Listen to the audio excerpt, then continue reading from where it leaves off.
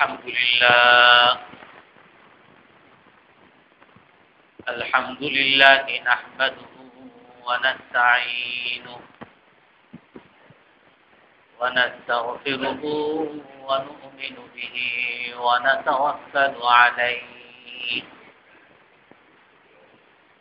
ونعوذ بالله من شرور أنفسنا ومن سيئات أعمالنا من يهده الله فلا مضل له ومن يضلله فلا هادي له ونشهد أن لا إله إلا الله وحده لا شريك له ونشهد أن سيدنا ومولانا محمدا عبده ورسوله أرسله بالحق بشيرا ونذيرا بين يدي الساعة من يطع الله ورسوله فقد رشد واهتدى ومن يعصهما فقد ضل وغوى أما بعد فأعوذ بالله من الشيطان الرجيم بسم الله الرحمن الرحيم فاستجاب لهم ربهم أني لا أضيع عمل عامل منكم من ذكر أو أنثى بعضكم من بعض فالذين هاجروا وأخرجوا من ديارهم وأوذوا في سبيلي وقاتلوا وقتلوا لأكفرن عنهم سيئاتهم ولأدخلنهم جنات تجري من تحتها الأنهار ثوابا من عند الله والله عنده حسن الثواب لا يغرنك تقلب الذين كفروا في البلاد متاع قليل ثم مأواهم جهنم وبئس المهاد صدق الله العظيم সম্মানিত মুসল্লিয়ানে কেরাম রাসূল সাল্লাল্লাহু আলাইহি ওয়াসাল্লাম মক্কা থেকে মদিনায় যাওয়ার উদ্দেশ্যে হিজরতে বের হয়েছিলেন। মদিনাবাসীরা তারা এই খবর জানতে পেরেছিলেন, আর মদিনাবাসী এই খবর জানার পর থেকেই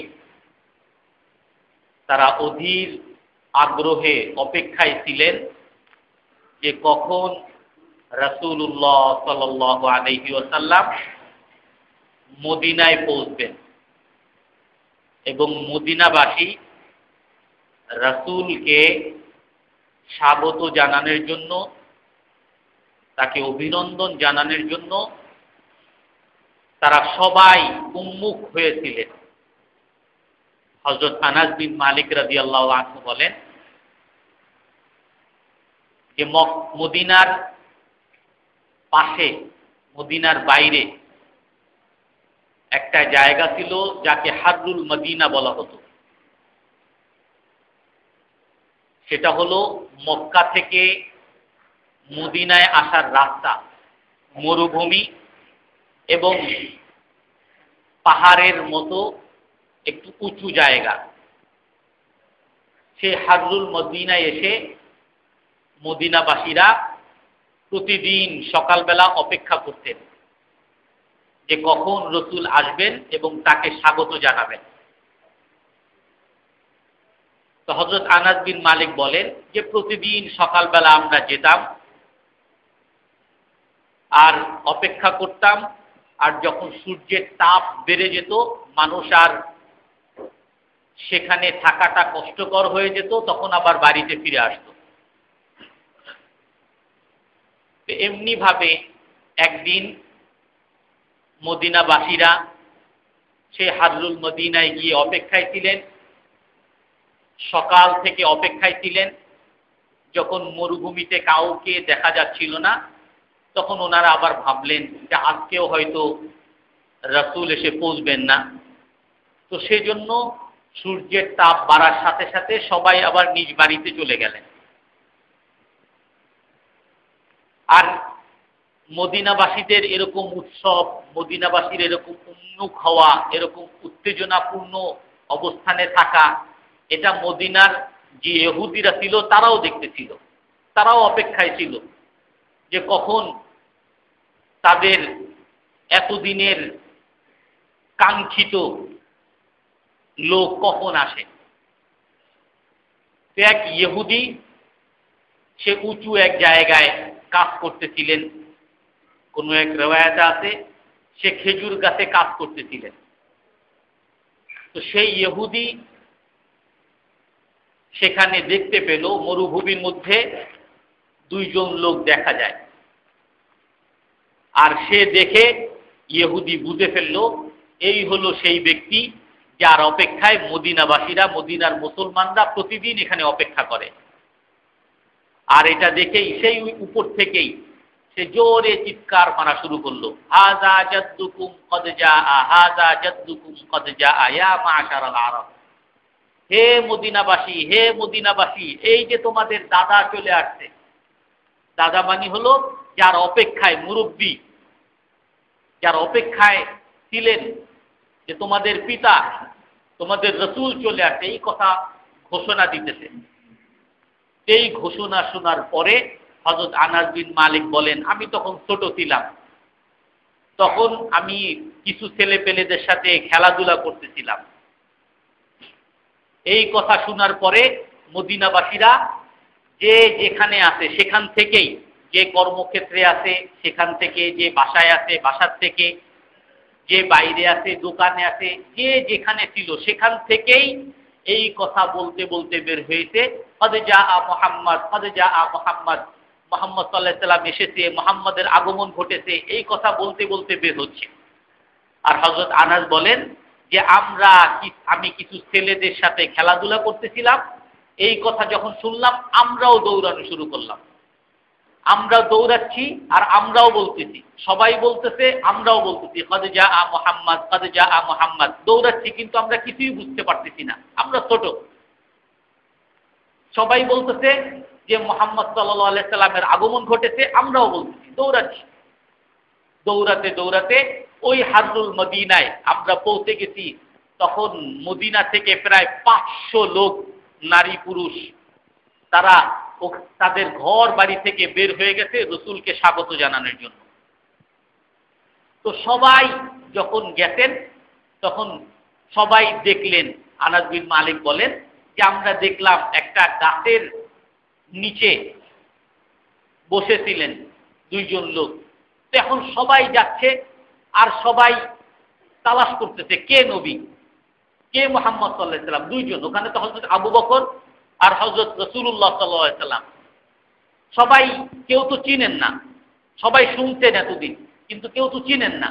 তো কে নবী, কে মুহাম্মদ, সবাই অধীর আগ্রহে একজন আর একজনকে জিজ্ঞাসা করতেছেন। তো এর মধ্যে হযরত আবু বকর রাদিয়াল্লাহু আনহুকে অনেকে গিয়ে স্বাগত জানাচ্ছেন বিশেষভাবে। অনেকে মনে করছেন যে হযরত আবু বকর রাদিয়াল্লাহু আনহু মনেই নবী। সেই অবস্থা বুঝে হযরত আবু বকর করলেন কি, উনি দাঁড়িয়ে গেলেন, উনি দাঁড়িয়ে ওনার চাদর দিয়ে রসুলকে ছায়া দিলেন, যে বুঝাইলেন যে আমি তার সঙ্গী, আসল যে রসুল উনি। তো তখন সবাই রসুল্লাহ সাল্লাল্লাহু আলাইহি ওয়াসাল্লামের কাছে এসে স্বাগত জানাচ্ছে আর খুশি প্রকাশ করতেছে, উৎসব প্রকাশ করতেছে। হযরত বারা ইবনে মাগরুর রাদিয়াল্লাহু আনহু বলেন যে মা শাহিদতু ইয়াওমান ফারহাহুম বিশাইইন ইয়াওমা ফারিহু বিরাসূলিল্লাহি সাল্লাল্লাহু আলাইহি ওয়াসাল্লাম, আমি মদিনাবাসীকে কখনো দেখি নাই এতটা আনন্দিত হয়েছে, এতটা উৎসব পালন করতে ওই দিনের মতো যেই দিন রাসূল সাল্লাল্লাহু আলাইহি ওয়াসাল্লাম মদিনায় এসেছিলেন। সেদিন মদিনাবাসীদের মধ্যে যে আনন্দ, যে উৎসব, যে ফুর্তি, যে খুশি, এই খুশি আমি আর কখনো দেখি নাই। রাসূল সাল্লাল্লাহু আলাইহি সাল্লাম তখন বাহনে উঠে মক্কা মদিনার পথে আসতেছেন, আর সকল মদিনাবাসী রাসূলের আশেপাশে, আর তখন কিছু ছোট ছোট মেয়েরা তারা কবিতা আবৃত্তি করতেছে, তলা আল বাদরু আলাইনা মিন সানিয়াতিল ওয়াদাই ওয়াজাবা শুকরু আলাইনা মা দাআ লিল্লাহি দাঈ আইয়ুহাল মাবউসু ফিনা ক্বাদ জিতা বিল আমরিল মুতাঈ। ওই বাচ্চারা এই কবিতা আবৃত্তি করতেছে, সবাই তাদের সাথে এই কবিতা আবৃত্তি করতেছে। যার অর্থ এরকম, তলা আল বাদরু আলাইনা মিন সানিয়াতিল ওয়াদাই, যে আমাদের কাছে আজ 14 তারিখের পূর্ণিমার চাঁদ উদিত হয়েছে। পূর্ণিমার চাঁদ আজকে আমাদের সামনে উদিত হয়েছে দূর প্রান্ত থেকে। ওয়াজাবা শুকরু আলাইনা, আজ আমাদের কর্তব্য এর জন্য কৃতজ্ঞতা প্রকাশ করা। মা দাআ লিল্লাহি দাঈ, যতদিন পর্যন্ত আল্লাহর কোনো দায়ী দুনিয়াতে থাকবে, যতদিন পর্যন্ত আল্লাহর দিকে মানুষ ডাকতে থাকবে, ততদিন পর্যন্ত আমাদের শুকরিয়া আদায় করা ওয়াজিব। তার অর্থ হলো যে কিয়ামত পর্যন্ত আল্লাহর দিকে মানুষ ডাকবেন, আর কিয়ামত পর্যন্ত আমাদের শুকরিয়া, কৃতজ্ঞতা জ্ঞাপন করা আমাদের কর্তব্য। আইয়ুহাল মাবউসু ফিনা ক্বাদ জিতা বিল আমরিল মুতাঈ, হে রাসূল আপনি আমাদের মাঝে এসেছেন, এখন থেকে আপনি যা আদেশ করবেন কোনো আদেশ এমন যাবে না যাকে মানা হবে না, অর্থাৎ প্রতিটা আদেশকে আমরা অক্ষরে অক্ষরে পালন করব, আপনি যা বলবেন তাই আমরা পালন করব। রাসূলুল্লাহ সাল্লাল্লাহু আলাইহি ওয়াসাল্লাম এভাবে যাচ্ছেন, আর সবাই ফুর্তি। এমনকি হযরত আনাস বিন মালিক বলেন, প্রতিটা বাড়ির ছাদে ছাদে মহিলারা দাঁড়িয়ে আছে, বাড়ির সামনে মহিলারা দাঁড়িয়ে আছে, সবাই খুশি। আর রাসূল যাচ্ছেন, আর রাসূল যখন যাচ্ছেন, যাওয়ার পরে এটা মদিনার বাইরে থেকে মদিনার ভিতরে ঢুকতেছেন। যখন ঢুকতেছেন তখন ওখানে মসজিদুল কুবা, বর্তমানে যে কুবা স্থান, সেখানে রাসূলুল্লাহ সাল্লাল্লাহু আলাইহি সাল্লাম অবস্থান করেছেন। কুলসুম ইবনুল হাদি ওনার বাড়িতে সর্বপ্রথম ওখানে কিছুদিন ছিলেন। ওখানে কিছুদিন থাকার পরে ওখানে সোমবার দিন পৌঁছেছেন। ওখানে কোনো কোনো রিওয়ায়াত আছে 4 দিন ছিলেন, আর কোনো কোনো রিওয়ায়াত আছে 17 দিন ছিলেন। ওখানে থাকার পরে তারপরে রাসূলুল্লাহ মদিনার মধ্যে গেলেন। বনি আমর ইবনে আউফ জুম্মার দিনে তাদের ওখান থেকে জুম্মার দিনে রওনা হয়েছে।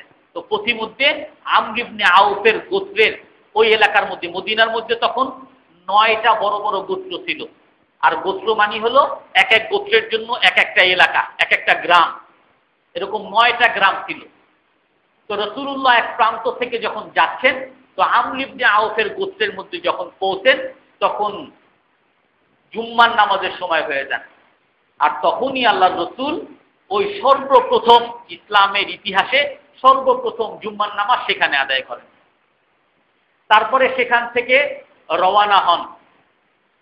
আর যখন রাসূলুল্লাহ বাহনে চড়ে যাচ্ছেন, তখন মদিনাবাসীর প্রতিটা ঘরে, কুবা থেকে যখন যাচ্ছিলেন, প্রতিটা ঘর থেকে রাসূলের সামনে এসে নারী পুরুষ সবাই মিলে রাসূলকে দাওয়াত দিতেছেন যে আমার বাড়িতে আসেন, আমার বাড়িতে আসেন। তখন মদিনাবাসীরা খুব একটা যে ধনী ছিল তা না, খুব ধনী ছিল না, মোটামুটি চলার মতো সচ্ছলতার সাথে কিছু কিছু পরিবার ছিল, আর অধিকাংশই গরিব ছিল। কিন্তু প্রতিটা ঘরের সামনে দিয়ে যখন যাচ্ছিলেন তো সবাই রসুলকে আটকাচ্ছেন, রসুলের বাহনকে আটকাচ্ছেন যে আমার বাড়িতে আসেন, আমার বাড়িতে আসেন।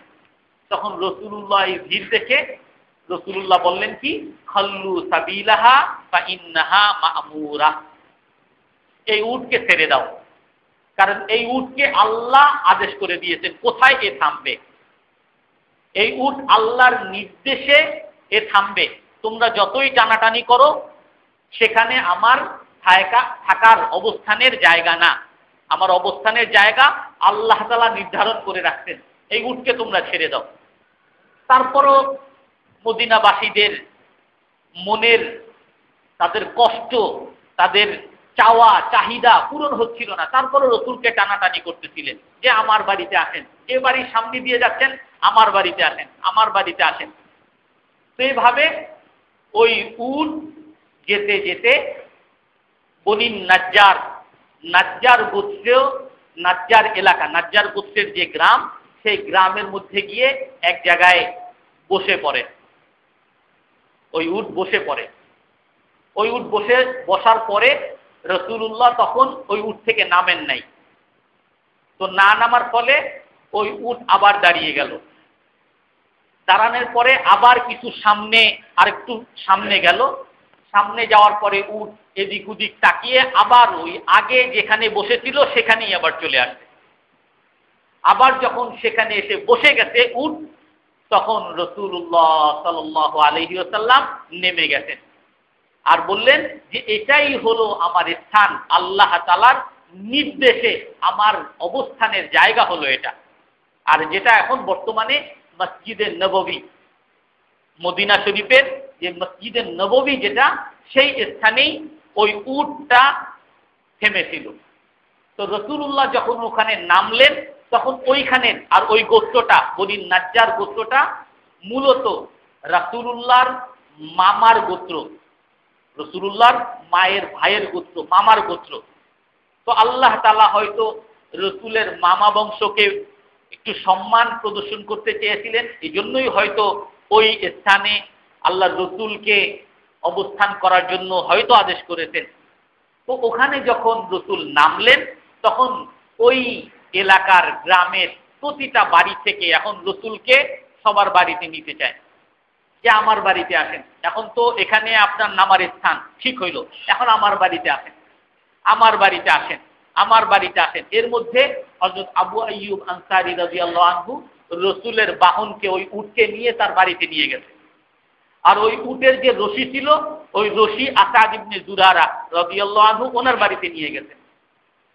এখন তাদের মধ্যে কারাকারি লেগে গেছে। এখন রাসূলুল্লাহ ওখানে এখন জিজ্ঞাসা করেন, আইয়ু বুয়ুতি আহলিনা আকরাব, আমার পরিবারের কার বাড়িটা এখান থেকে বেশি নিকটবর্তী। মদিনাবাসীকে তখন আল্লাহর রসুল নিজের পরিবার বলতেছেন।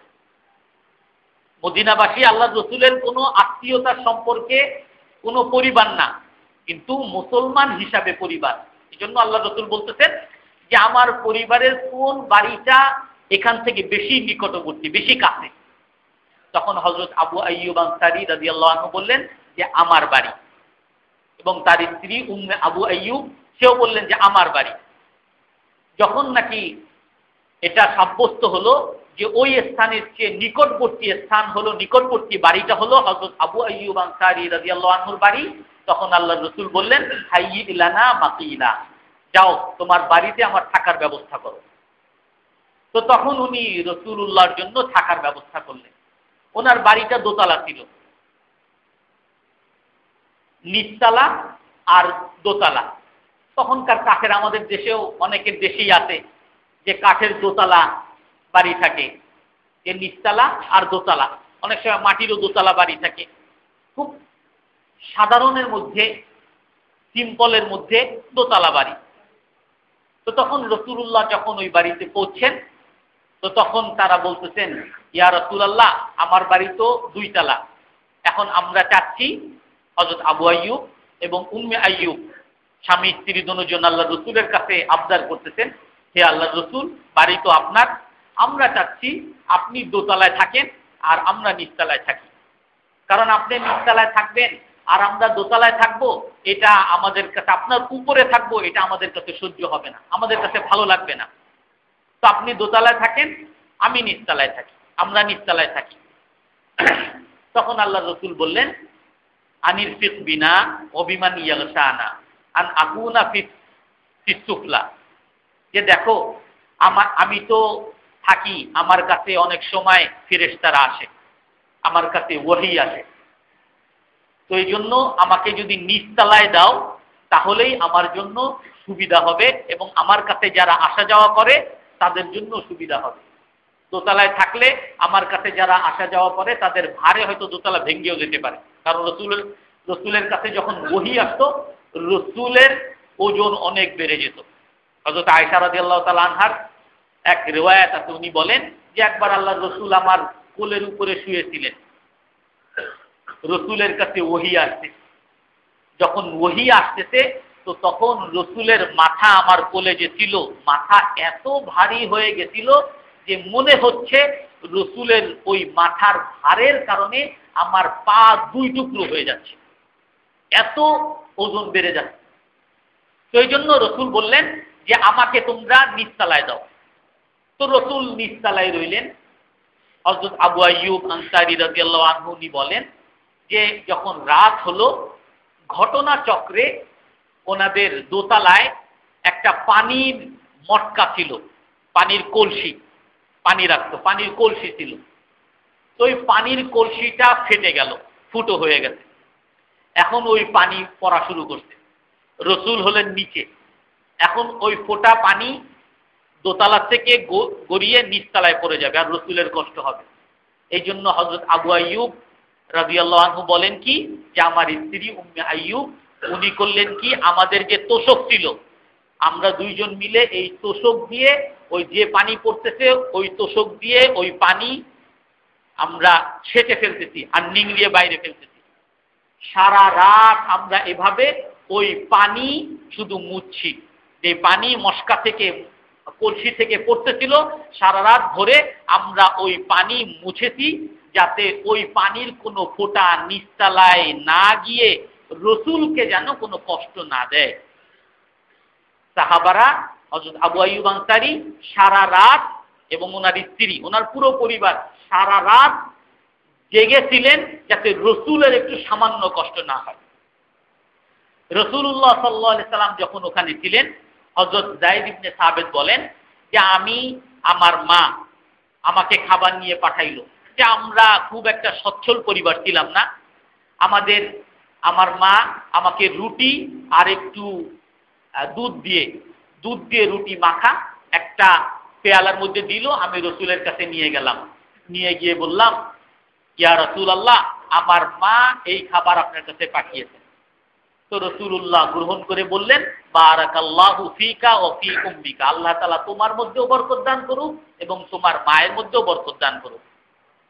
তার কিছুক্ষণ পরে হযরত সাদ ইবনে উবাদা ওনার বাড়ি থেকে উনি খাবার নিয়ে আসলেন, সেটার মধ্যে গোশত ছিল এবং রুটির টুকরা ছিল, সাবিত আরবিতে একটা খাবার বলে, গোশতের টুকরা দিয়ে রুটি, গোশতের টুকরা রুটি একসাথে মিক্স করে রান্না করে, মিক্স করে তৈরি করে, তো সেটা নিয়ে আসলো। এভাবে বিভিন্ন বাসা থেকে বিভিন্ন খাবার আসতেছিল। মদিনার প্রতিটা পরিবার থেকে কিভাবে রসুলকে আপ্যায়ন করা যায়, কিভাবে রসুলকে খুশি করানো যায়, কিভাবে রসুলকে কি খাওয়ানো যায়, কিভাবে সাহাবাদেরকে কি খাওয়ানো যায়, এই জন্য তারা বেশি ব্যস্ত ছিল। যার কারণে কোরআনের মধ্যে আসছে ওয়ুসিরুনা আলা আনফুসিহিম ওয়ালাউ কানা বিহিম খাসাসা, এই মদিনাবাসীরা এমন জাতি যে তারা নিজেদের পেটে অভাব থাকলেও ক্ষুধা থাকলেও এটাকে চেপে গিয়ে তারা অন্যকে সবসময় অগ্রাধিকার দেয়, অন্যকে খাওয়ানোর জন্য, অন্যকে থাকানোর জন্য, অন্যকে একটু সুবিধা দেওয়ার জন্য সব সময় তারা সচেষ্ট থেকে যাচ্ছে। এখানে একটা গুরুত্বপূর্ণ বিষয়, পুরো মক্কার হিজরত থেকে মদিনার হিজরত পর্যন্ত একটা গুরুত্বপূর্ণ বিষয়, সেটা হলো প্রতিটা ক্ষেত্রে নারীর অবদান। আপনি যদি দেখেন, সর্বপ্রথম রাসূলুল্লাহ সাল্লাল্লাহু আলাইহি ওয়াসাল্লাম তাকে হত্যা করার জন্য কাফেররা দারুন নদুয়ায় যখন তারা সিদ্ধান্ত গ্রহণ করলো, কাফেররা মিলে সিদ্ধান্ত গ্রহণ করলো যে রসুলকে হত্যা করা হবে, এই খবরটা তখনকার যুগে এক মহিলা রাকিকা বিনতে সয়ফি উনি জানতে পারলেন, ওই ঘরের আশেপাশে ছিলেন, উনি জানতে পারলেন যে তারা এই সিদ্ধান্ত নিচ্ছে। খুব গোপনীয় খবর, কিন্তু এটা জানতে পারছেন। ওনার বয়স ছিল তখন 100-র কাছাকাছি, বৃদ্ধা এক মহিলা। উনি এই খবর জানার সাথে সাথে ওই বৃদ্ধা মহিলা নিজে রসুলের কাছে চলে আসতেন, আর রসুলকে এসে খবর দিতেন যে তোমার বিরুদ্ধে এরকম সিদ্ধান্ত হয়েছে, তুমি আজ রাতেই মদিনা থেকে বের হয়ে যাও। রাকিকা বিনতে সয়ফি মহিলা রসুলকে সহযোগিতা করতেছেন। আসমা বিনতে আবু বকর রাদিয়াল্লাহু আনহু, আমরা বলেছি উনি 9 মাসের গর্ভবতী এক মহিলা ছিলেন। মক্কা থেকে প্রায় 12 কিলোমিটার দূরে গাড়ে সৌর, সুর পর্বত, সেখানে আবার পাহাড়, সেই পাহাড় বেয়ে উনি খাবার মক্কা থেকে 12 কিলোমিটার দূরে আরো প্রায় 3 কিলোমিটার পাহাড়, এতখানি বেয়ে উনি খাবার নিয়ে যাচ্ছেন এবং রসুল এবং হযরত আবু বকরের বাহনের মধ্যে খাবার বেঁধে দিচ্ছেন। খাবার বেঁধে দেওয়ার কোনো রশি আনতে ভুলে গেছেন, নিজের বেল চিরে একটা দিয়ে নিজের ওন্না বাঁধছেন, বেল বাঁধছেন, আর একটা দিয়ে ওই খাবার রসুলকে বেঁধে দিচ্ছেন।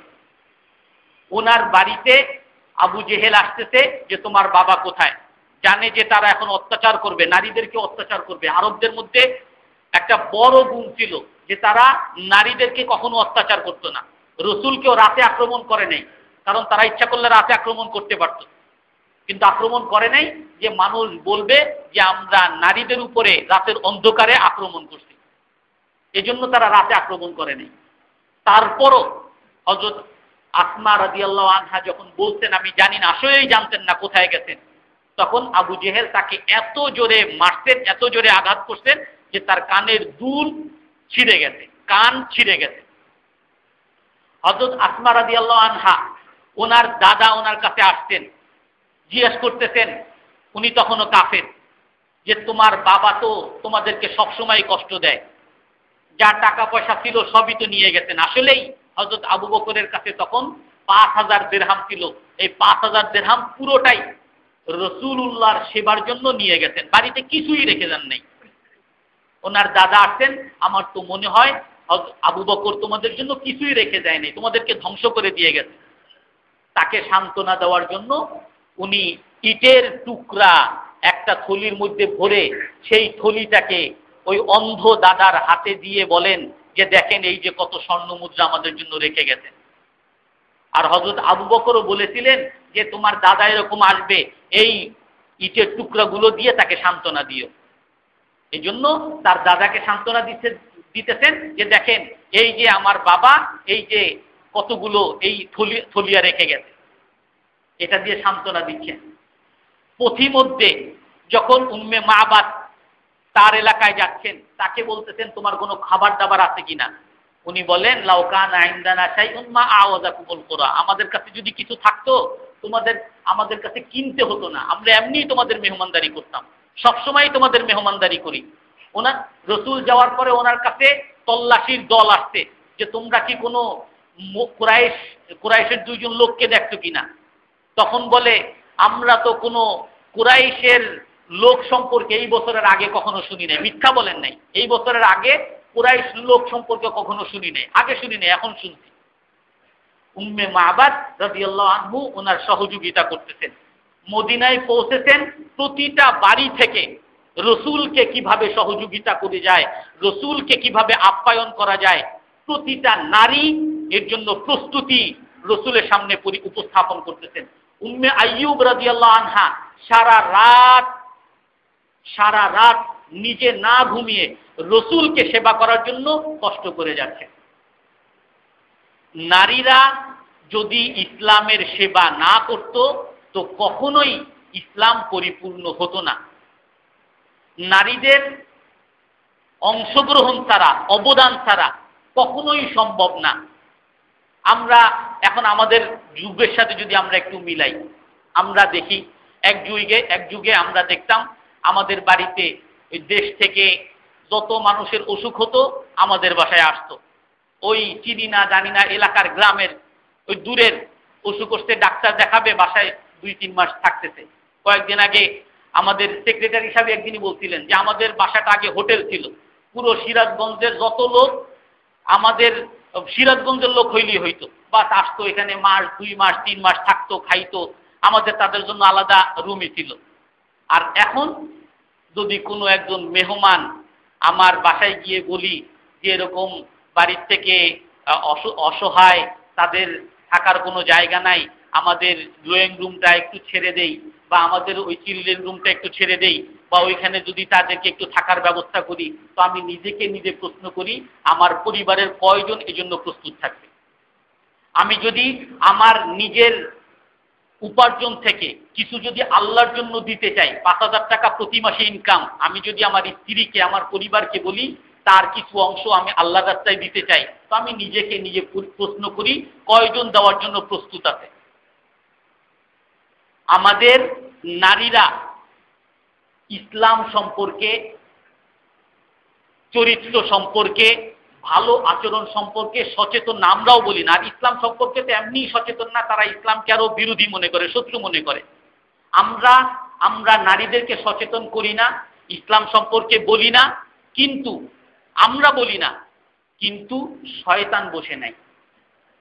আল্লাহর রাসূল এক হাদিসের মধ্যে বলছেন, মা তারাকতু ফিতনাতান আদাররা আলার রিজালি মিনান নিসা, আমি আমার উম্মতের জন্য সবচেয়ে ভয়ঙ্কর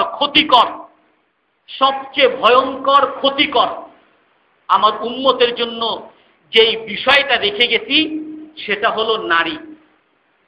নারীদের সাথে তারা যদি ভালো ব্যবহার না করে, এই নারীরাই ইসলামের ক্ষতি করবে। নারীদের আচরণ, নারীদের সাথে তাদের আচরণ, নারীদের সম্মান, তাদের ব্যবহার যদি নারীদেরকে ঠিক মতো না করতে পারে, তো ইসলামের ক্ষতি, মুসলমানের ক্ষতি এই নারী দ্বারা বেশি হবে। আর ইসলামের সেবা, ইসলামের উপকার এই নারীর মাধ্যমেই হয়েছে। যেটা আমি বললাম, রসুলের পুরো হিজরতটা সফলতার সাথে একমাত্র হয়েছে নারীদের অবদানের কারণে। নারীদের অবদান যদি পুরুষের পাশাপাশি না থাকতো, কখনোই সেটা সফল হতো না। আর এখন আমরা এই ব্যাপারে সচেতন না। আমাদের ঘরে ঘরে গণমাধ্যম আছে, গণমাধ্যমের দ্বারা এমনভাবে নারীদের কাছে উপস্থাপন করা হয় ইসলাম নারীদেরকে অসম্মান করছে, ইসলাম নারীদের অধিকার নষ্ট করতেছে, ইসলাম নারীদেরকে ঘরের মধ্যে আবদ্ধ করে রাখতেছে, ইসলাম নারীদের এই ক্ষতি করতেছে, ওই ক্ষতি করতেছে, এই ক্ষতি করতেছে। অথচ সমস্ত ধর্মের সাথে যদি আপনি বিশ্লেষণ করেন, একমাত্র ইসলাম নারীদেরকে যে সম্মান দান করেছে, কোন ধর্মের মধ্যে তার 100 ভাগের 1 ভাগও নারীদের ক্ষেত্রে কোনো সম্মান, কোনো অবদান, কোনো স্বীকৃতি কোনো ধর্মে নাই। হিন্দু ধর্মে নারীর, রুম সমাজে নারীর কোনো আত্মাই নাই, নারীর কোনো গোশত খাওয়ার অধিকার নাই, নারীর কথা বলার অধিকার নাই, হাসার অধিকার নাই, তার মুখের মধ্যে তালা লাগিয়ে রাখতে হবে।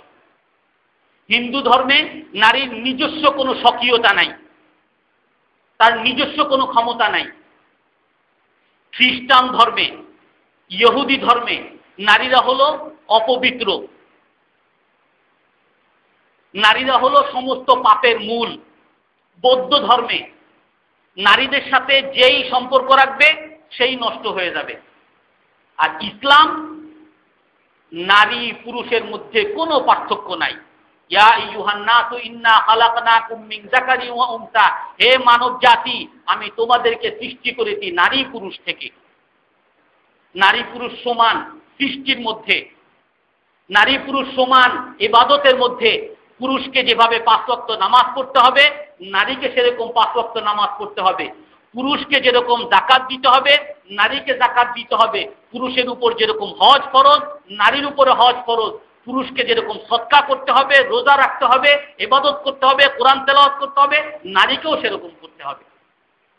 নারীর কাজের মূল্য ইসলাম দিয়েছে। আমি যে আয়াতটা পড়েছি, লা উযীউ আমালা আমিলিন মিনকুম মিন যাকারিন আও উনসা, নারী হোক পুরুষ হোক, যে যে কোনো কাজই করবে, কোনো কাজকে আমি ব্যর্থ করব না।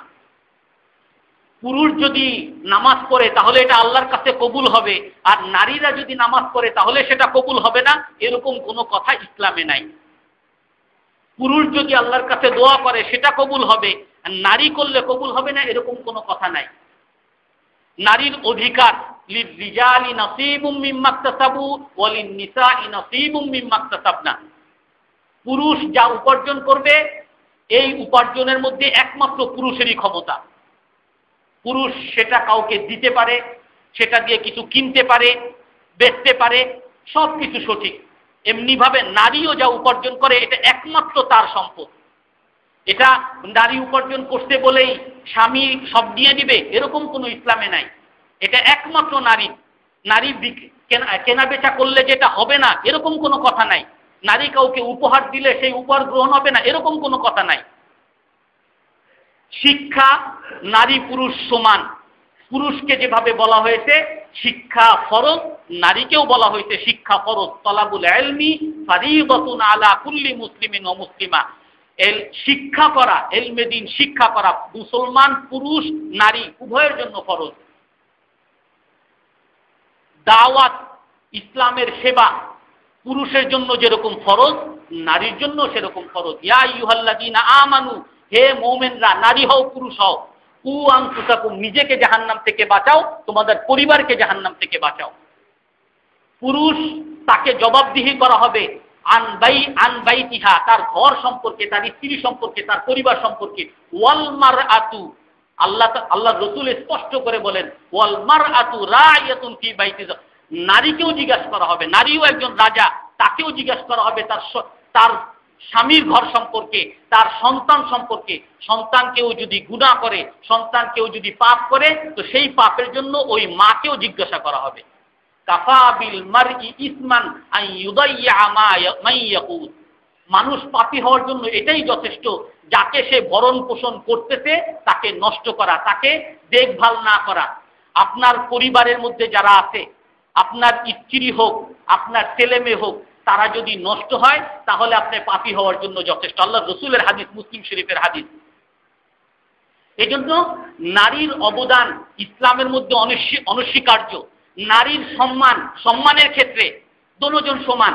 পুরুষের যদি কেউ অপবাদ দেয় তাহলে তাকে যেমন ইসলামে শাস্তি আছে 80 বেত্রাঘাত, নারীকেও যদি কেউ অপবাদ দেয়, জেনার অপবাদ দিল, ব্যভিচারের অপবাদ দিল, তাহলেও তাকে ওয়াল্লাযীনা ইয়ারমুনাল মুহসিনিনা ওয়াল মুহসিনাত, যে তাকেও এরকম 80 বেত্রাঘাত তাকে শাস্তি দেওয়া হবে। নারীর সম্মান ইসলামে স্বীকৃতি দিয়েছে। কিছু বিষয় যেগুলো দিয়ে মানুষের কাছে আমরা সচেতন করি না, কিছু বিভ্রান্তি ছড়িয়ে নারীদেরকে ইসলাম বিরোধী করা হচ্ছে, ইসলামের শত্রু বানানো হচ্ছে, তাদের মনের মধ্যে ঢুকানো হচ্ছে যে ইসলাম তাদেরকে তাদের অধিকার দিচ্ছে না, তাদেরকে সম্মান করতেছে না। তার মধ্যে একটা বড় বিষয় পর্দা। ইসলামের মধ্যে বড় বিষয় হলো সম্মান। আর আধুনিক যুগে নারীর সম্মানের কোনো তোয়াক্কা নাই। নারীকে কেরিয়ার করতে হবে, নারীকে শিক্ষিত হতে হবে, নারীকে অমুক হতে হবে, অমুক হতে হবে। তার সম্মান কোথায় গেল সেই ব্যাপারে আধুনিক যুগের কোনো দৃষ্টিভঙ্গি নাই। সে শিক্ষা উপার্জন করতে গেল, সেখানে সে কি ইফটিজিং এর শিকার হচ্ছে, এটার কোনো দায়বদ্ধতা কেউ নিবে না। ইসলাম এই দায়বদ্ধতা নিতে। শিক্ষিত হতে হবে, কেরিয়ার করতে হবে, সমাজ সেবা করতে হবে, সর্বপ্রথম তার সম্মানকে দেখতে হবে। এমন কোনো স্থানে তাকে পাঠানো যাবে না যে নারীর অসম্মান হয়, এমন কোনো স্থানে তাকে রাখা যাবে না যেখানে নারীর অসম্মান হয়। নারীর সম্মান ইসলামের সবচেয়ে বড়। আর এই কিছু কিছু বিষয় নিয়ে নারীদের মধ্যে ইসলাম বিরোধী এমন একটা মনোভাব তুলে ধরা হচ্ছে যে ইসলাম এইটা করেছে, ইসলাম এইটা করেছে। আমি এই জন্য আমার একটা বইও, ইসলামে নারীও কিছু বিতর্ক, শুধুমাত্র এই কিছু কিছু বিষয় নিয়ে যে ইসলাম বিরোধীরা বিভ্রান্তি ছড়ায়, নারীদেরকে অসম্মান করছে। না, প্রতিটা বিষয়ের দ্বারা নারীদেরকে সম্মান করা হয়েছে। আপনারা যদি ভালো করে বিশ্লেষণ করেন দেখবেন। অথচ আন্তর্জাতিকভাবে মানুষের কাছে, মহিলাদের কাছে এভাবে উপস্থাপন করা হচ্ছে যে ইসলাম নারীদেরকে অসম্মান করতেছে। এজন্য আমাদের সতর্ক হওয়া দরকার যে আমরা ইসলামের সেবা তখনই করতে পারবো যখন নাকি আমরা নিজেরা ইসলামের সেবার মন মানসিকতা তৈরি করব এবং আমাদের পরিবারের প্রতিটা মানুষকে, যেমন হযরত আবু বকর তার স্ত্রীকে, তার মেয়েকে, তার গোলামকে, তার ছেলেকে, সবাইকে ইসলামের খেদমত করার জন্য সেই মন মানসিকতা তৈরি করছে। যখন আমরা করতে না পারবো, কোনো দিনও আমার বাসায় আমি একজনকে দাওয়াত দিয়ে খাওয়াতে পারবো না, আমার বাসায় একজনের উপকার কখনো করতে পারবো না, আমার টাকা দিয়ে একজনের উপকার, সমাজসেবা কখনো করতে পারবো না যদি সেই সমাজসেবার মন মানসিকতা, ইসলাম সেবার মন মানসিকতা আমার মেয়েদের মধ্যে, আমার ছেলেদের মধ্যে, আমার স্ত্রীর মধ্যে, আমার পরিবারের মধ্যে যদি আমি করতে না পারি। আল্লাহ তাআলা আমাদের সকলকে ইসলামের সেবা করার তৌফিক দান করেন। যারা সুন্নত করি নাই, সুন্নত করে নিন।